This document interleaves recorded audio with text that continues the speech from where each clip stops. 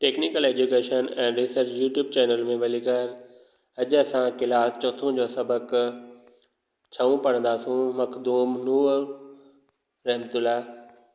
सिंध जे बलारी ज़मीन ख़ुश नसीब आहे जो हिन केतिरा ई बुज़ुर्ग वली ऐं साल बना पैदा कया आहिनि। इन्हनि में मखदूम नूह रहमतुल्लाह जो बि वॾो मर्तबो ऐं मक़ाम आहे। हज़रत मखदूम नूह रहमतुल्लाह इस्लाम जे पहिरीं ख़लीफ़े हज़रत अबू बकर सिद्दीक़ रज़ियल्लाहु अन्हु जे ख़ानदान मां आहे। तंहिं करे खेनि सदीक़ी सॾियो वञे थो। मखदूम साहिब जा वॾा तबलीग जे इरादे सां मुल्तान जे वेझो कोट किरोड़ में अची आबाद थिया। संदन वॾा जिते बि तबलीग लाइ पहुता उते खेनि इज़त ऐं एहतराम सां रहायो वियो। बाद में हू लॾे अची हाला कंडी में रहिया जंहिंखे हाणे पुराणा हाला चवनि था। मखदूम नूह रहमतुल्लाह 27 रमज़ान सन 911 हिजरी में जुमे जी राति जावा। संदन वालिद मखदूम रहमतुल्लाह मथां ने लुत्फ़ अल्लाह नालो रखियो।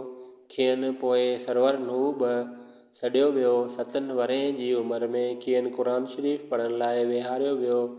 हिक भेरे ठठे में केतिरा ई वॾा आलिम ऐं तालिब संदन इल्मी लियाक़त परखण लाइ अची गॾु थिया। मखदूम नूह रहमतुल्लाह हिक आयत जूं एतिरियूं त मानाऊं ॿुधायूं जो सभु हैरान थी विया। केतिरनि ई मुरीदनि खे इल्मी ऐं रूहानी फेर ॾिनाऊं। एतिरी क़दर जो संदन गादी अॼु बि नौलखी गोदड़ी सॾिजे थी। पाण कंहिं हाकिम ज़मींदार जा मुरीद खां को बि नज़रानो वग़ैरह न वठंदा हुआ। संदन तबलीग ते हज़ारी माण्हू मुसलमान थिया। मखदूम नूह रहमतुल्लाह क़ुरान पाक जा मुफ़सर हदीस जा ॼाणू ऐं वॾा सूफ़ी शाइर बि हुआ। पाण नंढे खंड में सभ खां अवल क़ुरान मजीद जो फ़ारसी ज़ुबान में तर्जुमो कयाऊं।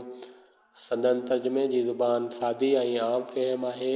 उन जे कुझु सिपारनि जो सिंधी में तर्जुमो मशहूर शाइर नियाज़ हमायूनी कयो आहे जेको छपिजे चुको आहे। मखदूम साहिब जा कुझु सिंधी बेत बि मिलिया आहिनि जिन मां हिकु बेत ही आहे।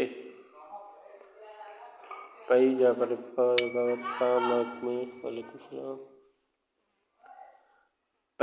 परबात सा महकमा बानियो माणिया रोई चढ़ी राति ॾिसी ॾुखई खे। मखदूम नूह तालीम जो जेको सिलसिलो यारी कयो उन जो शुरू खां ई असरु थियणु लॻो। उन सां माण्हुनि जी इख़्लाक़ी हालत सुधरण लॻी। आम माण्हुनि खे वक़्त जे हाकिमनि खां इंसाफ़ वठी ॾींदा हुआ। संदन ज़ुबान मां कॾहिं बि शरीयत ख़िलाफ़ को लफ़्ज़ न निकितो। पाण हर कंहिं सां हिकु जहिड़ो वर्ताव कंदा हुआ। जीअं माण्हुनि मां रंज अदावत ऐं साड़ ख़तम थी वञे।